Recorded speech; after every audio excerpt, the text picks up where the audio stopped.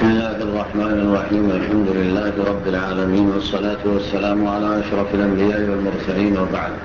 آج 12ویں پارے سے پرانی مضامین کے خلاصے کی ابتدا ہو رہی ہے. اللہ رب العزت ارشاد فرماتے ہیں وما من دابة في الأرض إلا على الله رزقها ويعلم مستقرها ومستودعها. سرزمین پر چلنے والا کوئی بھی جاندار ہو اس کی روزی کی ذمہ داری اللہ نے لے رکھی ہے. وہ انسان اور تمام جانوروں کے معاش کا مسئلہ اللہ رب العزت نے حل فرمایا ہوا ہے.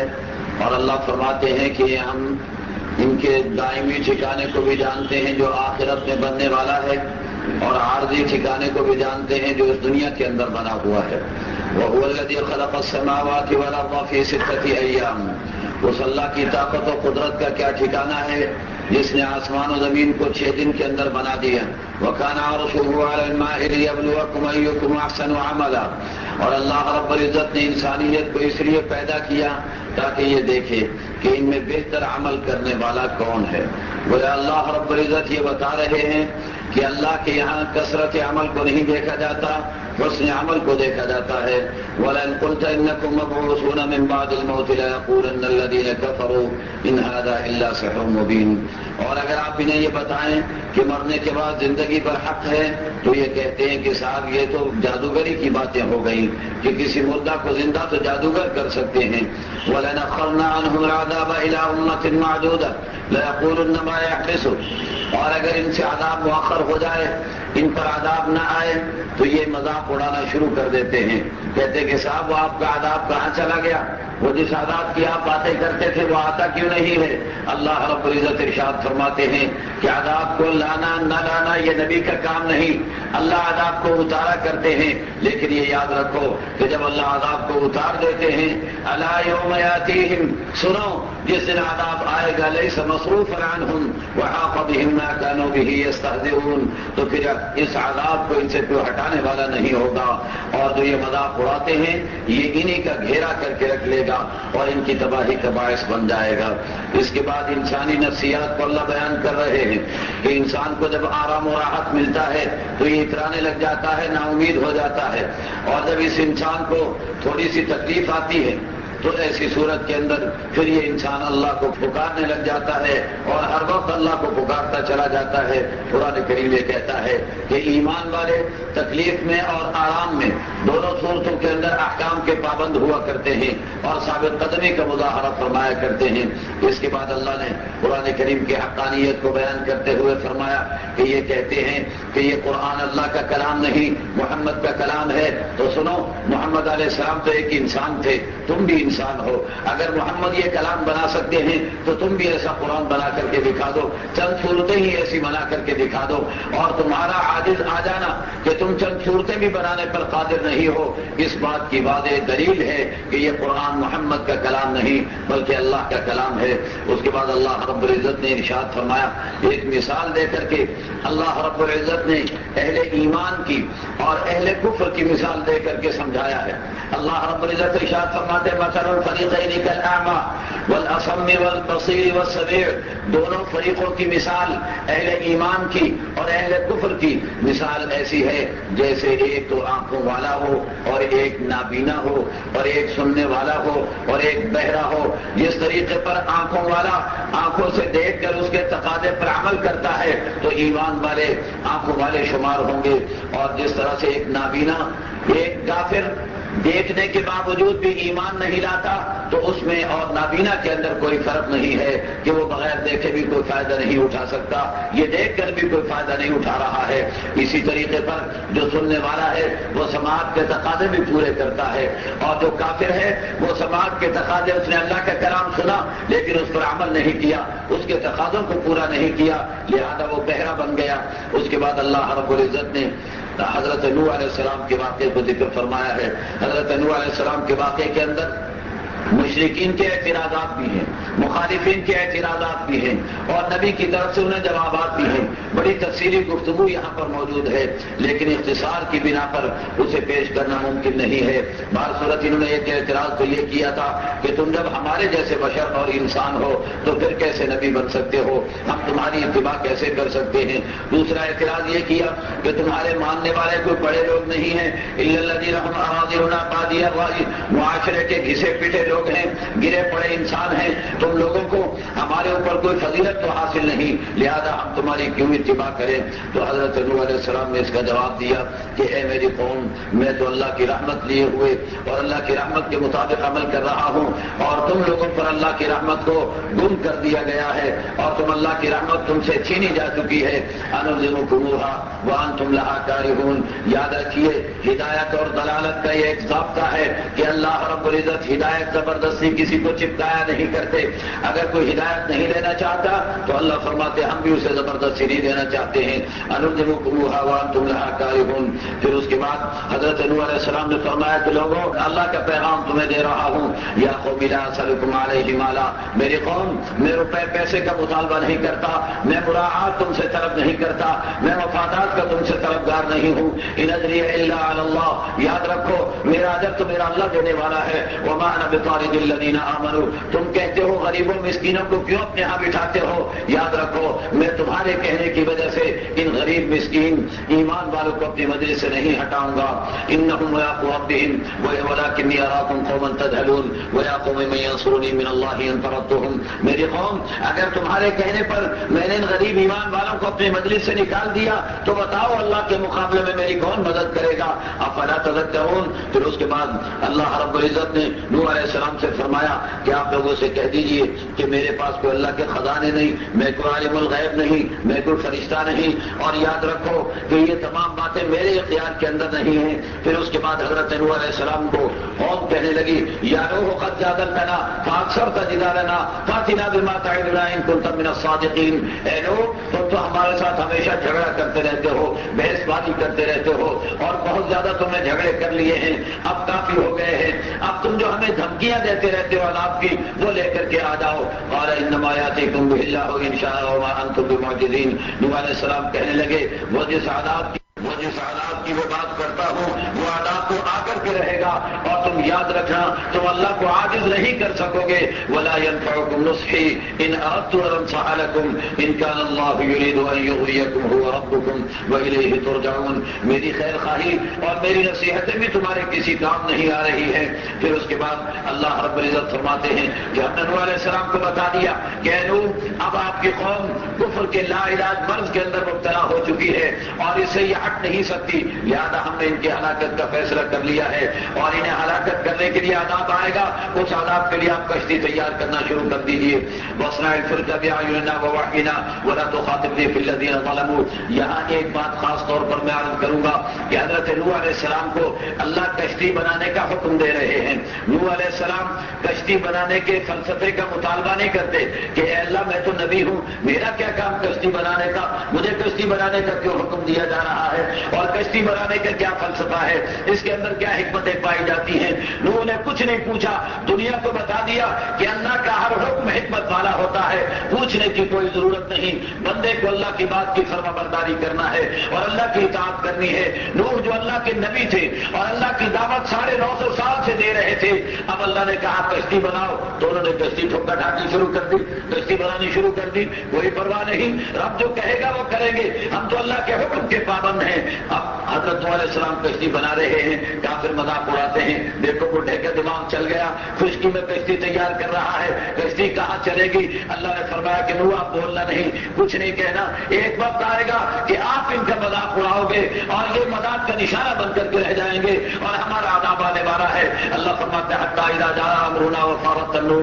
پہلے اللہ نے حکم دے دیا کہ دنیا کے اندر جتنی مخلوقات ہیں ہر مخلوق کا ایک ایک جوڑا اس کشتی کے اندر آپ کو رکھ لینا ہے, اور جتنے ایمان والے ہیں ان سب کو کشتی کے اندر آپ نے داخل کر لینا ہے. 80 یا 82 افراد مسلمان ہوئے تھے اور باقی ہر مخلوق نے ایک ایک جوڑا اللہ نے اسے کشتی کے اندر رکھنے کا حکم دے دیا. کہتے ہیں کہ بڑی کشتی بنائی گئی تھی. قرآن نے کہا ہے کہ وہ یہ تجریب بہم فی موج کالجبال، جب وہ سیلاب کے اندر کشتی چل رہی تھی ایسا لگتا تھا کوئی بڑا پہاڑ چل رہا ہو، بڑا پہاڑ حرکت کے اندر ہو. اور بعض لوگوں نے اس کشتی کی دریافت کی ہے. ایک کشتی ملی ہے وہ ہے ارارات میں، اور اس کشتی کی 120 منزلیں شمار کی گئی ہیں کہ 120 خانے، یہ 120 منزلیں تیار کی گئی تھی، اور ان کے اندر نوح علیہ السلام اور ان کے ماننے والے اور مخلوقات کے ہر جوڑے کو بچایا گیا تھا. اب یہاں ایک بڑا ہی عبرتناک واقعہ بھی پیش آتا ہے، اور وہ یہ کہ حضرت نوح علیہ السلام کا بیٹا کنعان بڑا نافرمان تھا، کافروں کا ساتھی تھا. نوح علیہ السلام نے جب پانی بڑھنے لگا تو کہا کہ بیٹا کشتی میں آ جاؤ، ایسے تم بچ نہیں سکتے ہو. کہنے لگا کہ ابا جی آپ کیا باتیں کرتے ہیں، ہم آپ کی بات مانتے ہی نہیں، آپ کا ساتھ دیتے ہی نہیں. پانی زیادہ آئے گا تو میں پہاڑ پر چڑھ جاؤں گا اور اپنے آپ کو بچا لوں گا. حضرت نوح علیہ السلام نے فرمایا لا عاصم اليوم من امر اللہ الا من رحم. میرے بیٹے یہ پانی نہیں، اللہ کا عذاب ہے، اور یاد رکھو اللہ کے عذاب سے آج کوئی نہیں بچ سکے گا. ہاں وہ بچے گا جس پر اللہ کی رحمت اترے گی، اور اللہ کی رحمت والے تو کشتی کے اندر ہیں، لہذا کشتی میں آؤ گے تو بچ سکتے ہو، ورنہ یاد رکھو تمہارے بچاؤ کی کوئی صورت نہیں ہے. وحال بینہم الموج فکان من المغرقین. اتنے میں ایک موج اٹھی اور اسے اس نے غرق کر کے رکھ دیا، اور دنیا کو بتا دیا کہ دنیا والوں اسلام کے اندر اور ایمان کے راستے کے اندر کوئی رشتہ داری اور کوئی تعلقات کارآمد نہیں ہوا کرتے. یہاں ایمان کا مسئلہ ہے. یاد رکھو بیٹا کافر تھا، بے ایمان تھا، باپ کی نبوت بھی اس کے کسی کام نہ آ سکی اور اسے بچا نہ سکی. اس کے بعد اللہ رب العزت نے یہ بیان فرمایا ہے کہ اے میرے نبی یہ جو واقعات آپ نے بیان کیے ہیں آپ نے کسی تاریخ کے اندر ان کا مطالعہ نہیں کیا، کسی مدرسے کے اندر اس کو پڑھا نہیں، تو آپ کو کون بتا رہا ہے؟ تلک من انباء الغیب نوحیھا الیک. اے میرے نبی یہ غیب کی باتیں ہم آپ کو وحی کر کے بتا رہے ہیں، اور یہ اس بات کی علامت ہے کہ آپ پر حق اور سچے نبی ہیں. ما كنت تعلمها انت ولا قومك من قبل هذا فاصبر. لہذا آپ ثابت قدمی کا مظاہرہ کیجیے. ان العاقبۃ للمتقین. اور بہترین انجام تو متقی لوگوں کو نصیب ہونے والا ہے. اس کے بعد قوم عاد کا تذکرہ اور انہیں بھیجے جانے والے حضرت ہود علیہ السلام کا تذکرہ. قوم عاد اس دور کی بہت بڑی طاقت اور قوت تھی، اور اس دور کے اندر انہیں سپر پاور سمجھا جاتا تھا. ان کا چیلنج تھا دنیا والوں کو. وہ یہ کہتے تھے من اشد منا قوہ. ارے دنیا والوں ہم سے بڑی طاقت کس کے پاس ہے؟ اللہ نے حضرت ہود علیہ السلام سے فرمایا کہ ان سے کہو اولم یروا ان اللہ الذی خلقهم هو اشد منهم قوہ. کیا انہیں نظر نہیں آتا کہ جس رب نے انہیں پیدا کیا ہے وہ طاقت اور قوت بھی ان سے بھی زیادہ ہے، لہذا اس رب کا یہ مقابلہ نہیں کر سکتے. لیکن انہوں نے نبی کی بات کو نہ مانا. نبی نے کہا کہ استغفار کرو، توبہ کرو، اللہ تم پر بارشیں برسائیں گے اور تمہارے باغات کو آباد فرما دیں گے. لیکن ان لوگوں نے کہا کہ اے لوگ تمہارے کہنے سے ہم اپنے معبودان باطل کو نہیں چھوڑ سکتے ہیں اور ہم تمہاری بات پر ایمان نہیں لائیں گے، بلکہ ہمیں تو ایسا لگتا ہے کہ ہمارے خداؤں نے تمہارا دماغ خراب کر دیا ہے.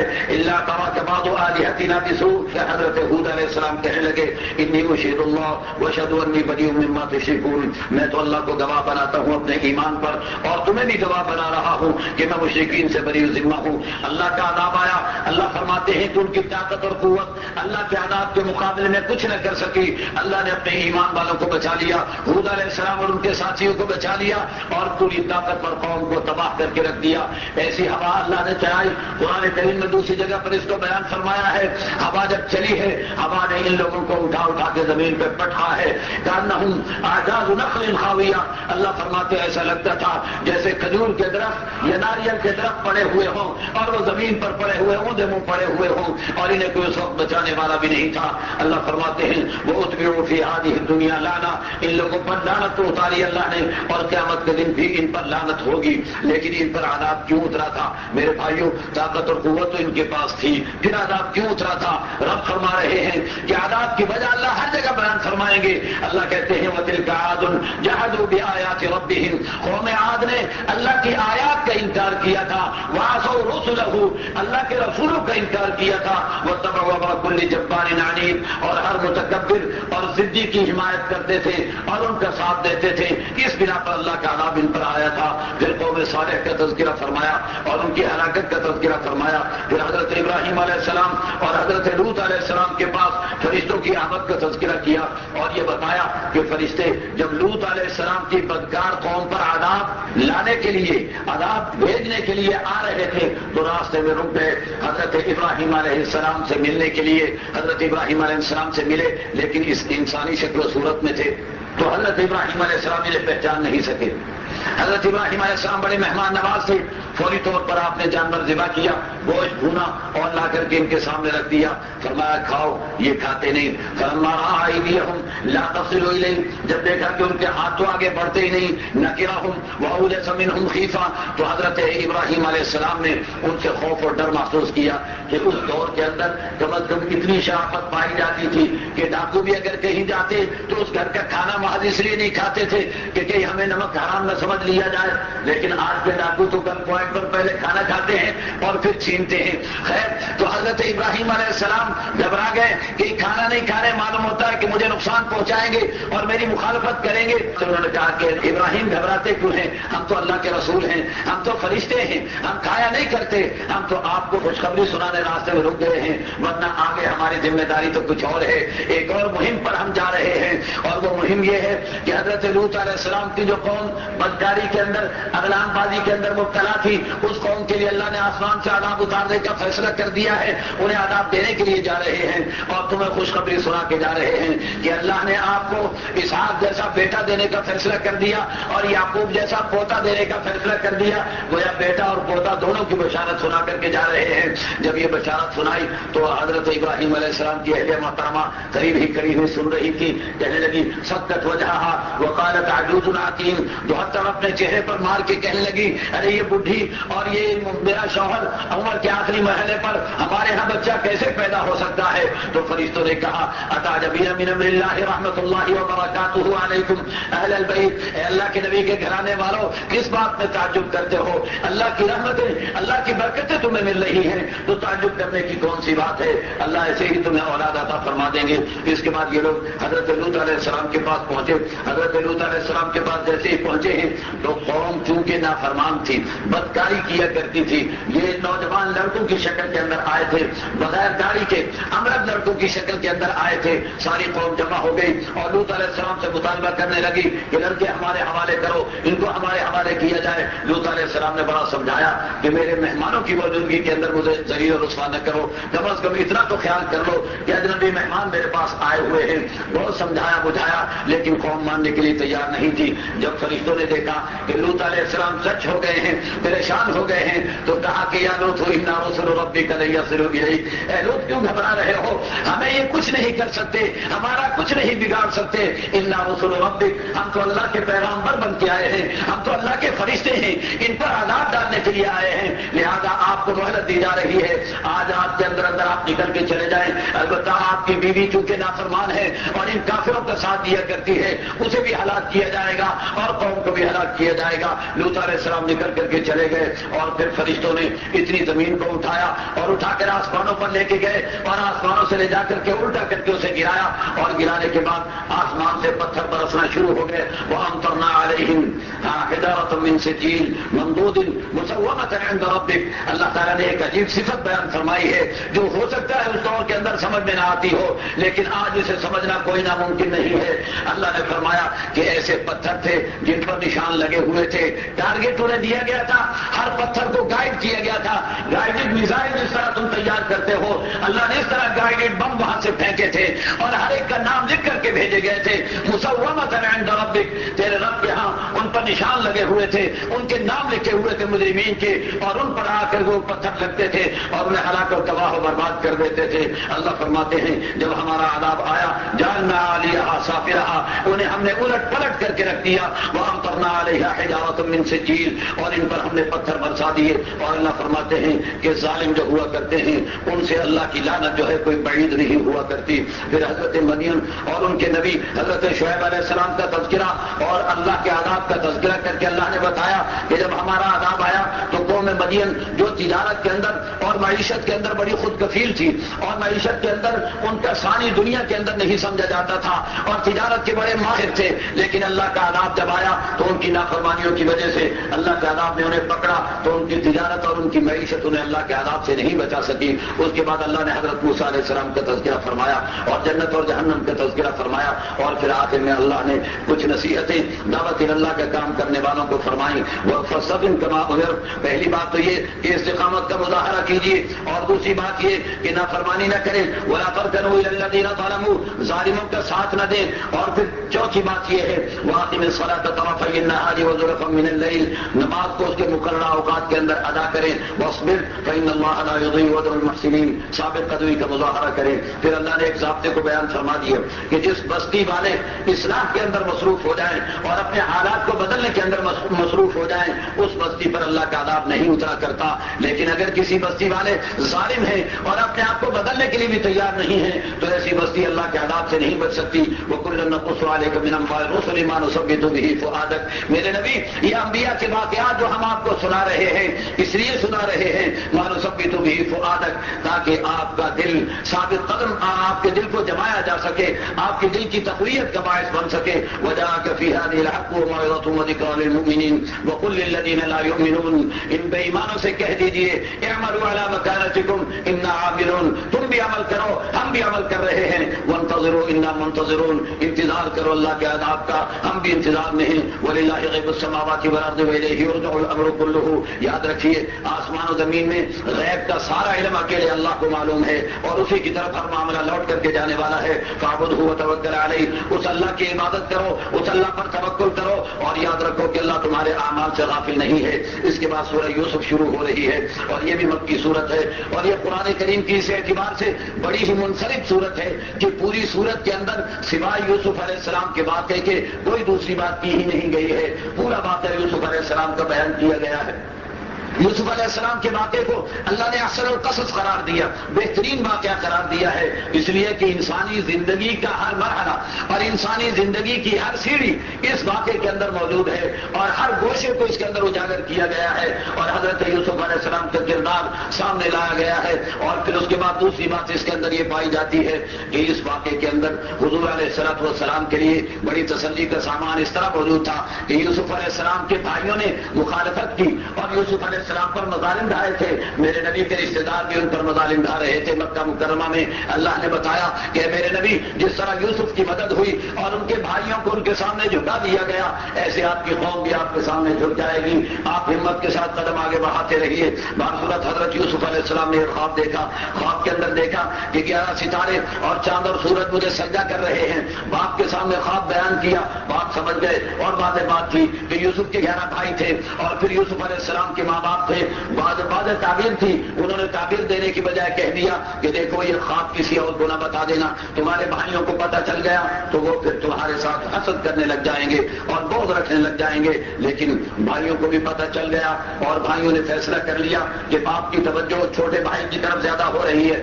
لہذا بھائی کو قتل کر ڈالو تاکہ ہماری طرف توجہ ہو جائے۔ حالانکہ چاہیے تو یہ تھا کہ جو چھوٹے بھائی میں خوبیاں پائی جاتی تھی وہ اپنے اندر پیدا کر لیتے تو باپ کی توجہ خود ان کی طرف آ جاتی، لیکن انہوں نے ظالمانہ انداز اختیار کیا۔ بہرصورت انہوں نے حضرت یعقوب علیہ السلام کو راضی کر لیے اور راضی کرنے کے بعد یوسف علیہ السلام کو جنگل میں لے گئے اور وہاں جا کر جب قتل کرنے کا ارادہ کیا تو ایک نے کہا کہ بھائی اپنا بھائی تو ہے ہی، مارتے کیوں ہو، کنویں کے اندر پھینک دو، کوئی اٹھا کر کے لے جائے گا، دور دراز علاقے میں چلا جائے گا اور ہماری جانب سے چھوٹ جائے گی۔ چنانچہ ایسے ہی کیا گیا، کنویں میں ڈال دیا گیا۔ اب کہنے لگے ابا جی کو کیسے مطمئن کریں گے، لہذا یوسف کی قمیص اتارو۔ یوسف کی قمیص اتاری، بھیڑ کو ذبح کیا اور ذبح کرنے کے بعد اسے بھونا کھایا اور اس کے خون کے اندر قمیص کو لت پت کر لیا اور وجہ ہوا باہ ہمیشہ یبکون، رات کو روتے ہوئے سارے دھاڑے مارتے ہوئے آ رہے ہیں کہ جی وہ کیا ہوا، ہمارا بھائی تو مارا گیا اور بھیڑیا کھا گیا اور یہ دیکھو اس کی قمیص ہے، خون آلود قمیص لے کر کے ہم آ گئے ہیں اور وما انت بمؤمن لنا ولو كنا صادقین، کہنے لگے کہ آپ نے ہماری بات تو مان ماننی نہیں ہے. اگر ہم سچ بولے تب بھی نہیں مانیں گے. آپ معلوم ہوا کہ جھوٹ بول رہے ہیں. قرآن کہتا ہے کہ ان کی زبان سے ایسا جملہ نکلا جس سے یہ واضح ہو رہا تھا کہ یہ جھوٹے ہیں. بہر صورت حضرت یعقوب علیہ السلام نے جب قمیص کو دیکھا تو کہنے لگے میرے بیٹوں بھیڑیا بڑا سمجھدار نکلا کہ بیچ میں سے یوسف کو نکال کے کھا لیا اور قمیص سرا برابر بھی نہیں پھٹی. یہ کیسا سمجھدار بھیڑیا ہے جس نے قمیص کو پھاڑے بغیر یوسف کو کھا لیا ہے. بہر صورت حضرت یعقوب علیہ السلام نے فرمایا کہ یہ ساری تمہاری کارستانی ہے لیکن میں تو اللہ سے ہی اپنی مدد طلب کروں گا. اس کے بعد یوسف علیہ السلام کو کنویں سے نکالا گیا, بازار مصر کے اندر بیچا گیا. بادشاہ نے خرید لیا اور خریدنے کے بعد اپنے بیٹا بنا لیا اور حضرت یوسف علیہ السلام کو اللہ نے کنویں کے اندھیروں سے نکال کر شاہی محل کی عیش و عشرت کے اندر پہنچا دیا. حضرت یوسف علیہ السلام وہاں پلنے لگے, بڑھنے لگے, بڑے ہو گئے اور نبی ہمارا حسن اللہ نے عطا فرما رکھا تھا. سرکار کالی کملی والے نے فرمایا کہ جب معراج کی رات میں یوسف کی زیارت کی ہے تو اراؤتی شطر الحسن, تو اللہ نے اسے حسن کا ایک بڑا حصہ عطا فرما رکھا تھا. بڑے حسین و جمیل انسان تھے. تو بہر صورت اس زمانے کے بادشاہ کی جو بیوی تھی, جو ان کی اہلیہ تھی, وہ حضرت یوسف علیہ السلام کے حسن و جمال پر ریجھ گئی اور اس نے حضرت یوسف علیہ السلام کو دعوت گناہ دینی شروع کر دی. یوسف علیہ السلام انکار کرتے رہے. ایک دفعہ اس نے کمرے بند کر لیے اور یوسف علیہ السلام کو اندر بلا لیا. اسرائیلی روایات کے اندر ایک واقعہ اور ملتا ہے کہ جب کمرے میں بلایا ایک طرف اس نے ایک کپڑا ڈال دیا. یوسف علیہ السلام نے کہا یہ کیا کیا؟ کہنے لگی یہ میرا خدا ہے, پتھر کا بت ہے, مجھے اس کے سامنے بے حیائی کرتے ہوئے شرم آتی ہے اس لیے میں نے کپڑا ڈال دیا ہے. تو یوسف علیہ السلام فرمانے لگے کہ اگر یہ پتھر کا بت اس سے تجھے شرم آ رہی ہے تو میرا رب تو کپڑوں کے اندر بھی نہیں چھپ سکتا ہے, وہ رب تو عالم الغیب ہے, میں اس کے سامنے کیسے بے حیائی کا مظاہرہ کر سکتا ہوں. بہر صورت اس نے یوسف علیہ السلام کو اپنی طرف راغب کرنے کی کوشش کی لیکن یوسف علیہ السلام نے اللہ سے دعا مانگی, وہاں سے بچ کر کے نکلے اور بھاگے. اس نے پیچھا کیا اور یوسف علیہ السلام کی قمیض کھینچی, قمیض پھٹ گئی لیکن حضرت یوسف علیہ السلام دروازے تک پہنچ گئے. تالے بھی اللہ نے معجزانہ طریقے پر کھول دیے. باہر ان کا جو بادشاہ تھا وہ دروازے پر اندر آنے کے لیے تیار کھڑا ہوا تھا کہ اس نے جب یہ منظر دیکھا کہنے لگے یہ کیا کر رہے ہو؟ تو اس نے فوراً وہ عورت جو تھی پلٹ گئی اور کہنے لگی دیکھو یہ تمہارے گھر کے اندر رہتا ہے اور تمہاری عزت پر ڈاکہ ڈالتا ہے, تمہاری عزت پر حملہ آور ہوتا ہے, تم اسے گرفتار کیوں نہیں کر لیتے, اسے جیل میں کیوں نہیں ڈال دیتے ہو. بہر صورت یوسف علیہ السلام نے دعا مانگی. ہاں پھر اس کے بعد یہ مسئلہ آگے بڑھنے سے تھوڑے عرصے کے لیے رک گیا اس لیے کہ اس نے عزیز مصر نے حضرت یوسف علیہ السلام سے بھی کہہ دیا تھا آربان ہادا, آپ اس بات کا تذکرہ نہ کرنا, اور اپنی بیوی سے بھی کہہ دیا کہ غلطی تمہاری نظر آ رہی ہے, اس بنا پر تم بھی خاموشی اختیار کرو اور آئندہ کے لیے ایسی حرکت نہ کرنا. اور بیچ میں ایک گواہ کا فیصلہ بھی آ گیا تھا کہ اس نے بھی گواہی دے دی تھی کہ اگر قمیض سامنے سے پھٹی تو معلوم ہوا کہ یوسف حملہ آور ہے اور زلیخا معصوم ہے, لیکن اگر قمیض پیچھے سے پھٹی تو پتہ چلا یوسف معصوم ہے اور زلیخا جو ہے وہ حملہ آور ہے. دیکھا گیا تو قمیض پیچھے سے پھٹی ہوئی تھی جس سے معلوم ہو گیا غلط کار یہی تھی. بعد میں اس زلیخا کو بڑی بڑی خواتین نے جو اونچی سوسائٹی کی خواتین ہوا کرتی ہیں انہوں نے زلیخا کو ملامت کرنا شروع کر دیا کہ تو اپنے غلام پر ریجھ گئی, اپنے غلام پر عاشق ہو گئی, کیسی عجیب عورت ہے. تو اس نے کیا کیا, اس نے کہا کہ تم نے اس کا حسن نہیں دیکھا ہے. اس نے دعوت کی, قرآن کریم نے اس کا بھی تذکرہ فرمایا ہے. قرآن کریم کہتا ہے کہ اس نے گھر میں بلا لیا اور انہیں پھل دے دیے اور چھریاں بھی دے دی. چھری کانٹے ان کے ہاتھوں میں تھے, پھل ان کے ہاتھوں میں تھے کہ اتنے میں اس نے کسی مقصد کے تحت حضرت یوسف علیہ السلام کو آواز دی. جیسے یوسف علیہ السلام اندر داخل ہوئے تو یہ دیکھتے ہی ایک دم مبہوت ہو کر کے رہ گئی حضرت یوسف علیہ السلام کے حسن و جمال کو دیکھتے ہی, اور کہنے لگی کہ ما ھذا بشر ان ھذا الا ملک کریم. معلوم ہوتا ہے کہ یہ تو کوئی فرشتہ ہے, انسان اتنا خوبصورت تو ہو ہی نہیں سکتا. اور پھر کہا کہ دیکھ یہ تو بادشاہ کی ملکہ ہے, تو اگر اس کے ساتھ ملبس ہو جائے گا تو تیرے لیے بڑی عیش و عشرت کا سامان ہے. ہاں وہ خاتون کہنے لگی کہ اگر اس نے میری بات نہ مانی اب کہ تو میں نے اسے چھوڑ دیا تھا, آئندہ نہ مانا تو میں اسے ضرور گرفتار کروا دوں گی. یوسف علیہ السلام نے ہاتھ اٹھا دیے, دعا مانگی رب السجن احب الی مما یدعوننی الیہ, میرے اللہ تو مجھے جیل میں ڈال دے لیکن بے حیائی اور حرام کاری سے مجھے بچا لے اور میری عزت و عصمت کو بچا لے. یوسف علیہ السلام جیل میں چلے گئے. جیل میں جانے کے بعد ایک واقعہ پیش آیا. دو نوجوانوں نے, قیدیوں نے خواب دیکھا. خواب کی یوسف علیہ السلام نے تعبیر بیان کر دی. تعبیر بالکل سچی نکلی اور جو نجات پا گیا تھا وہ جا کر کے پھر بادشاہ کے ہاں ملازم لگ گیا. بادشاہ نے پھر ایک خواب دیکھ لیا, وہ خواب بیان کیا تو کوئی تعبیر دینے والا تعبیر نہیں دے سکتا تھا. تو وہ خادم کہنے لگا کہ مجھے بتاؤ تو میں تعبیر لے کے آتا ہوں. وہ خادم جیل میں چلا گیا, یوسف علیہ السلام سے تعبیر مانگی. مسئلہ یہ تھا کہ 7 موٹی تازی گائے ہیں اور 7 دبلی پتلی گائے ہیں. دبلی پتلی گائے موٹی تازی گائے کو کھا رہی ہے اور 7 تر و تازہ بالیاں ہیں، گندم کے خوشے ہیں اور 7 سوکھے ہوئے خشک گندم کے خوشے ہیں اور سوکھے خوشے تر و تازہ خوشوں کو کھا رہے ہیں. اب بادشاہ کے درباریوں نے تو کہا کہ یہ کوئی خواب ہے، گائے گائے کو کیسے کھائے گی اور بالیاں بالیوں کو کیسے کھائیں گی؟ یہ ایسے بے خوابی کی باتیں ہیں، لہذا اس کی کوئی تعبیر نہیں ہوا کرتی. لیکن یوسف علیہ السلام سے جب پوچھا گیا، یوسف علیہ السلام نے کہا کہ اس کے اندر تو اللہ نے تمہیں پیغام دیا ہے کہ مستقبل کے اندر قحط سالی آنے والی ہے. 7 سال تمہارے سرسبزی شادابی کے ہوں گے، پھر 7 سال قحط سالی کے ہوں گے. اس 7 سال میں ذخیرہ کر لو تاکہ آئندہ 7 سال کی قحط سالی کا مقابلہ کر سکو. جب اس بات کو سنا بادشاہ نے تو حیران رہ گیا. اس نے کہا کہ ایسا بندہ تو میرے پاس آنا چاہیے تھا. انہیں بلوایا اور پیغام بھیج دیا کہ آؤ میں تمہیں اپنی کابینہ میں لینے کے لیے تیار ہوں. یوسف علیہ السلام نے کہا کہ نہیں، میں اس طرح نہیں آؤں گا. ایک نبی پر تہمت لگی ہے، ایک نبی پر الزام لگا ہے. جب تک تحقیقات نہ ہو گئی اور نبوت کے دامن کو صاف نہ کر دیا گیا اس وقت تک میں جیل سے نہیں نکلوں گا. تحقیقات کی گئی تو عورتوں نے خود اعتراف کر لیا اور انہوں نے کہا کہ نہیں، یوسف کا کوئی قصور نہیں ہے. پھر وہ عورت بھی چلا اٹھی اور کہنے لگی الآن حصحص الحق انا راودته عن نفسه وانه لمن الصادقین. میں نے اسے بہکانے کی کوشش کی تھی ورنہ یوسف تو بڑا سچا انسان ہے. یوسف علیہ السلام کا جملہ آخر میں اللہ نے نقل کیا، ذلک لیعلم انی لم اخذہ بالغیب وان اللہ لا یہدی کید الخائنین. یہ سب کچھ میں نے اس لیے کیا تھا تاکہ دنیا کو پتہ چل جائے کہ نبی کبھی خائن نہیں ہوا کرتا، نبی کبھی بدکار نہیں ہوا کرتا. وان اللہ لا یہدی کید الخائنین، اور دنیا کو یہ بھی معلوم ہو جائے کہ اللہ خیانت کرنے والوں کی کبھی مدد نہیں فرمایا کرتے. 12واں سپارہ مکمل ہوا. کل سے انشاءاللہ 13ویں سپارے پر گفتگو.